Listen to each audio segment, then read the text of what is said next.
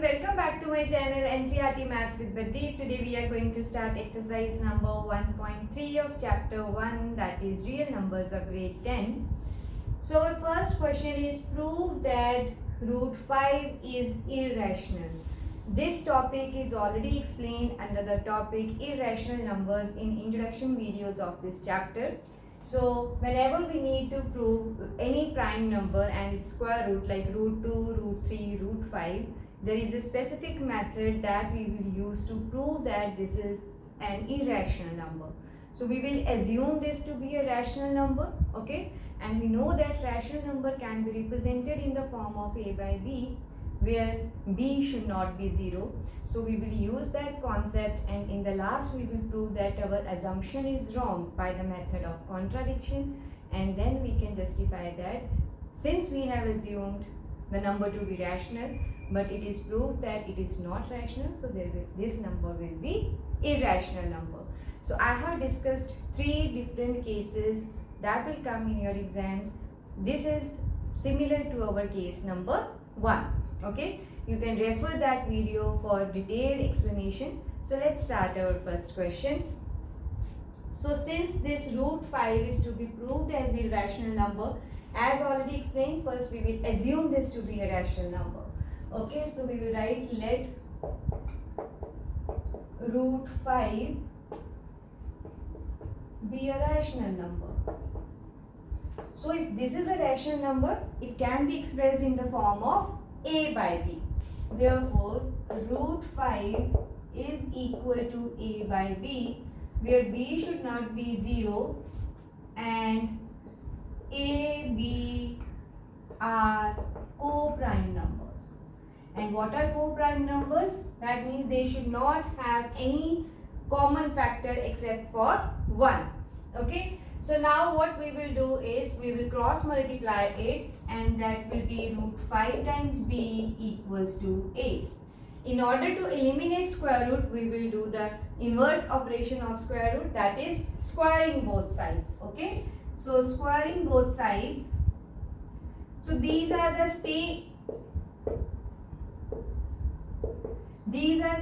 steps that you will follow for any number that will come in square root. Okay, this will always be a prime number given to you, square root will be there, that is only one term.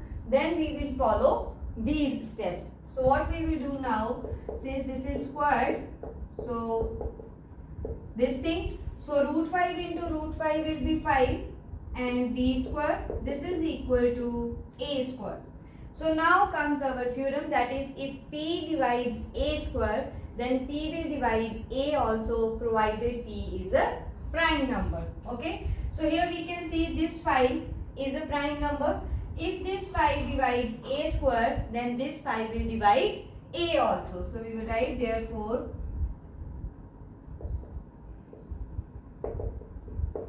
5 divides a. And reason you will say, if p divides a square, then p divides a also if p is prime number. So this theorem we will use only if the number is prime. Okay, so let this be equation number 1. Clear? So now what we will do is, since 5 divides a, that means a can be expressed as some multiple of 5. So now we will assume let a is equals to 5 times c. Why I am doing this? Because since 5 divides a, that means when we divide a with 5, we will get some another factor and we will multiply it together to get 5c. Suppose I am saying this is 100. So if I am dividing this with 5, so this will be 20. Okay. And how to write 100? This is 20 multiplied by 5. So 5 should always be a factor of that number. So now we will put this value of a in this equation. So let this be 2. So I will write put value of a in second equation. So what I can get is 5b square is equal to a square. Okay, and a square is 25c square. Okay, so now this 5 will go to this side and we will get b square is equals to 25 by 5 c square. So upon simplification, I have b square is equal to 5c square. So again, same theorem we will use. As I have already explained in that introduction video, whenever we have any prime number, we will take square of the other side. Okay, so 5 is to be taken with b square. Same thing I have done here. Since 5 is here, so I will check a square. Okay, so now b square is equals to 5c square. So that means if 5 divides b square, then 5 will divide b also. So we will say this implies 5 divides b. Okay, and reason again you can give this: if p divides b square, then, or in theorem we have a, so a square, then p divides a also if p is prime. Okay, so now let this be equation number 3. 2 we have already taken, so this be 3. Now we will check this 3 and 1. 5 divides a, 5 divides b. So that means 5 is a common factor of both a and b. But what we have assumed that a and b should be co-prime numbers. That means there should not be any common factor. So now comes our contradiction. Okay, so whatever we have assumed is wrong. So the number is irrational number. But how to write? So we can say from 2 and 3, 5 is a common factor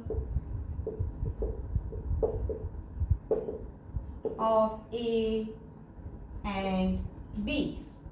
Okay, but this contradicts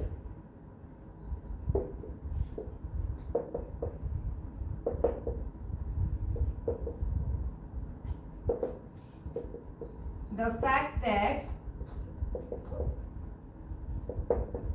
a and b are co-prime.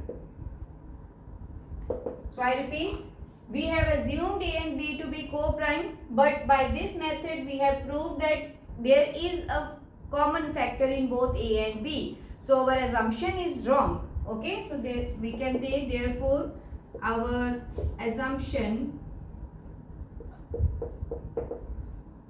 is wrong. This implies root 5 is irrational number. So this is very simple. You need to prove all these steps one by one. Okay, so I hope this question is clear to you. This is all about this video. See you in my next video with the next question of this exercise. Thank you.